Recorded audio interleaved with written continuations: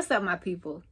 And for those of you tuning in who ain't my people, hey to you too. You might want to put your shades on because this light ain't gonna do nothing but keep getting brighter. I think it's been about 2 weeks ago now. I posted a video about a jersey. This jersey, in fact. It's a John Stallworth jersey, number 82, Pittsburgh Steelers. And you can go back on my post and check it out. I was just posting a story about this particular jersey because it has sentimental value to me. And it's because my mom is a Pittsburgh Steelers fan because she went to school with him. And my mom is deceased because she died of breast cancer. So this jersey was, just something that reminded me of her and allowed me to represent her in a certain way. So I made a post about this jersey. I'm gonna keep holding it up so y'all know. Even my Ravens fans have been on the post and my Browns fans have been on the post. Y'all dropping y'all little colors and stuff. I still love y'all, but it's black and yellow all day, baby.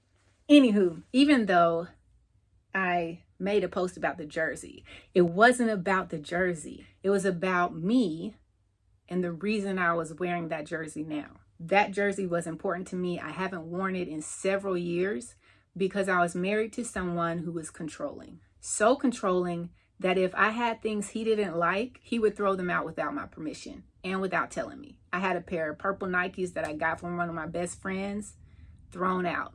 Nothing was wrong with them. They weren't beat up. They weren't dusty. I kept them looking nice, but he didn't like them. So he threw them out. Didn't tell me about it until I went in the closet to look for them. And it wasn't just that. It was other clothes. It wasn't just the jersey. Even if you were a certain fan, you don't throw people's things away just because you don't like them. You have a conversation about it. But I'm here today because I've commented on a lot of people who have commented on that post, and I want to say thank you. There's been so much love and support for me having the courage to leave an abusive marriage that I was being abused in for 3 years. Now, in that post about this jersey, I might as well just hold on to it because I'm keep holding up this jersey.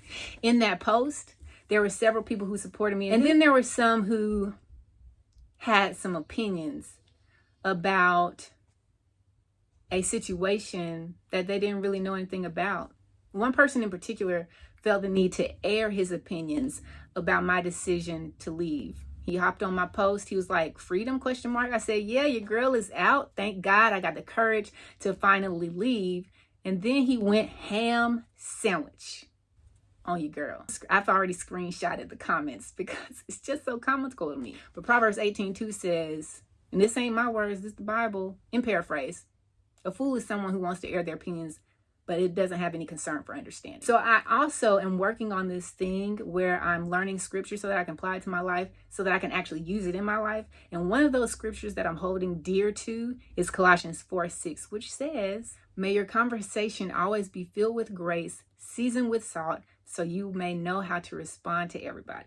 Because I know that once I started sharing this story, there is going to be it's a good topic of discussion. I mean, domestic violence, abuse, controlling people don't understand things. Why are you in it? Why are you attracted to people like that? Those are the kind of questions that have been in this video where I was talking about this jersey. And I get it. I used to be that person. I was that person that was like, why do people stay in situations like that? If somebody hits you, why are you going to stay? If somebody hurts you, why would you stay? I'll be gone. And then here I am, 3 years in the same situation that I question. So I'm not sharing this because I feel the need to defend myself from the person who posted these comments on my video. Because I don't. The purpose of me sharing my story is not to defend myself or my decision to leave an abusive marriage and relationship that wasn't healthy for me or my children. It's because this is a part of my journey to my freedom. This is a part of my journey to my confidence. This is a part of my journey to really diving into the purpose, the passion, the light, the creativity, and the color that God created me to live in, and to do that boldly. I'm also sharing this story because I know that there are people out there who are like how I used to be when you don't understand something. And since I've been through the experience, I can share now a little bit more insight on how you end up with somebody who's abusive, why you stay with somebody who's abusive, based on my own personal experiences and my own personal point of view.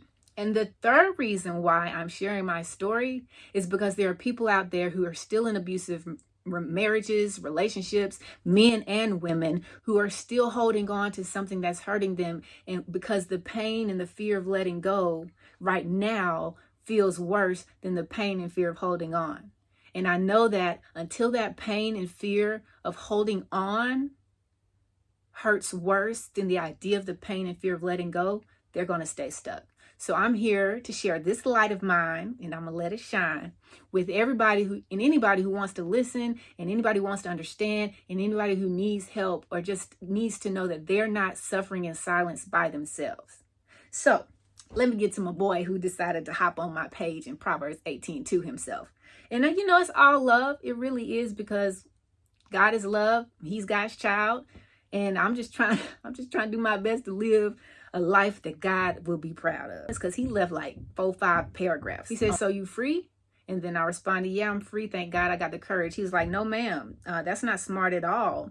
I'm the head of my household, no questions asked, but that doesn't mean my wife can't disapproval of something." He said disapproval, so I'm just reading it as he wrote it. "Disapproval of something I want to wear. In fact, I don't go outside in undershirts because she says it's disrespectful. Now, I will say he should have spoken to you about what he felt wasn't appropriate, but marriage is all about the other spouse being comfortable. If my wife feels it's too revealing, am I to satisfy her or bark that I'm a man?" So this is an appropriate attire for a woman to wear in a marriage, in the comfort of her own home? I don't know. I'm just asking. Somebody let me know if I'm wrong. You know what I'm saying? Help me get my life straight. Because he said, "So your husband tried to regulate what you put on, and that's a bad thing? I hit the gym hard and my wife will have a fit if I go outside in an undershirt, but I don't call her controlling just because she has standards for her husband's dress code. You may be leaving something out, but that is a poor single reason to leave. If you get a man that will let you dress however you want, you won't respect him." Now, I'm not throwing shade at this person. I don't know this person from Adam, and he don't know me from Eve. But what I do know is I don't like the tone and the energy that's coming from behind his messages. However, I did respond with the Colossians 4:6, because that's what God said. May your conversation always be filled with grace, seasoned with salt, so that you know how to respond to everybody. And I politely explained a little bit, gave him a little insight, because he didn't ask questions about it, but I volunteered answers. Because not to defend myself and my decision, but this is a part of my journey. This is a part of my freedom and my healing and getting back into confidence, the confidence that God created me to be living in. So I share with him some insight. But anybody who feels like they have the right to regulate what someone else is wearing, in my personal experience, I can't speak for anybody else, that's not a good thing. It wasn't good for me. Because when I met the person and we went on dates in some of the clothing, and it wasn't revealing, it wasn't disrespectful. We talking about denim jeans that go all the way to the floor. And we talking about t-shirts that are screen tees that are fitted. You know what I'm saying? Like my stomach ain't hanging out, my chest ain't hanging out. This is what we talking about. Some purple Nikes that he didn't buy, but he knew who bought them, which is my best friend, who is a girl. All this stuff was thrown away. And it didn't stop at clothes. He threw away a laptop. He threw away a hairbrush. So anytime I see this kind of conversation now, I see the flags. And this person is just not for me. You know, he's got a wife and they have a good relationship and that works for them, but that doesn't work for me anymore. And that's why I'm sharing this. So then he goes on to say, "And out of there you may be, but it may not be simply from him. People always claim God after they throw away what God gave them over a selfish mindset. You can't expect God to give you the wrong man after you didn't respect the one he gave you. I'm sorry, ma'am. If my wife doesn't like something, it's out, not I'm out. He may be bad, but it could also be that you are not a wife." Well, God ain't going to give me the wrong man.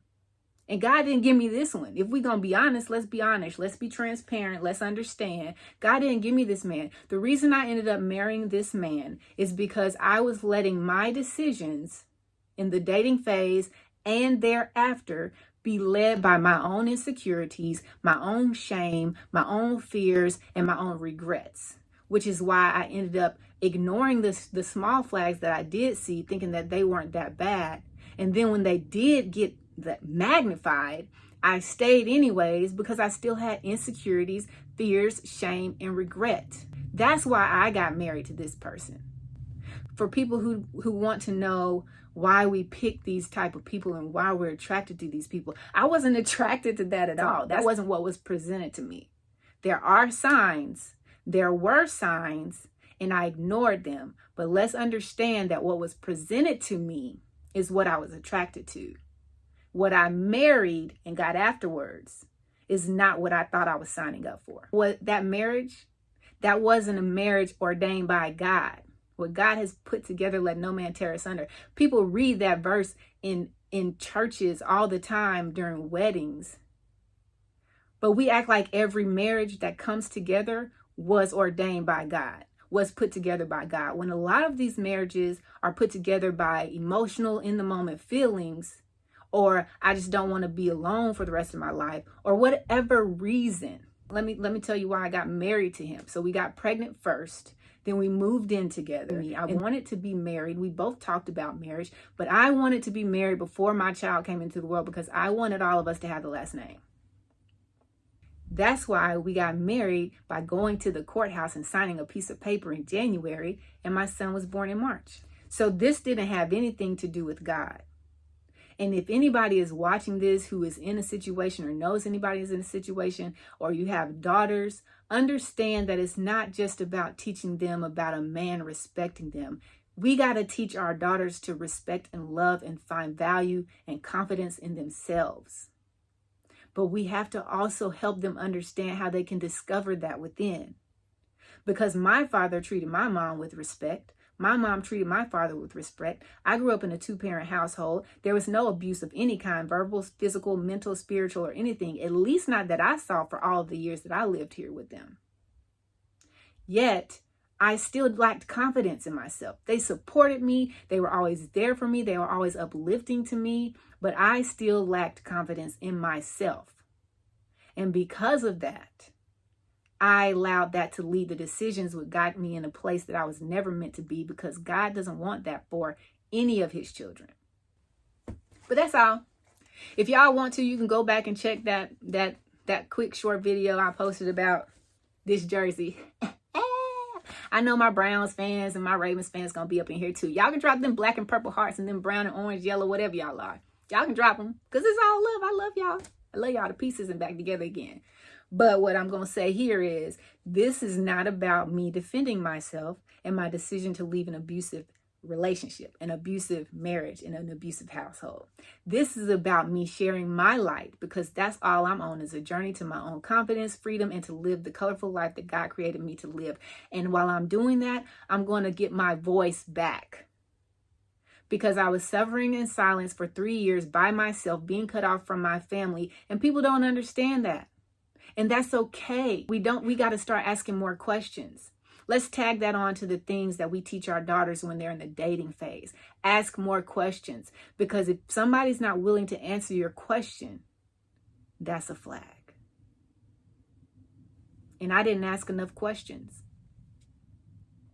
But I did post a video about this jersey, just so y'all know. And you can go back in there. I'm going to have his comments posted in here. So if you want to see the full conversation, you can. But it's about freedom. It's about confidence in who I am and me sharing my light. So y'all better grab y'all shades, like I said, because this light ain't going to do nothing but get brighter. Do you understand me? Oh, you're going to know this. You're going to know this story. You're going to know this journey. And you're going to be able to sit front row and center at the best transformation you've ever seen. So stay tuned. And make sure you expose your greatness today. Because there's a whole lot of darkness in the world, and we just need a little bit more light. She gone.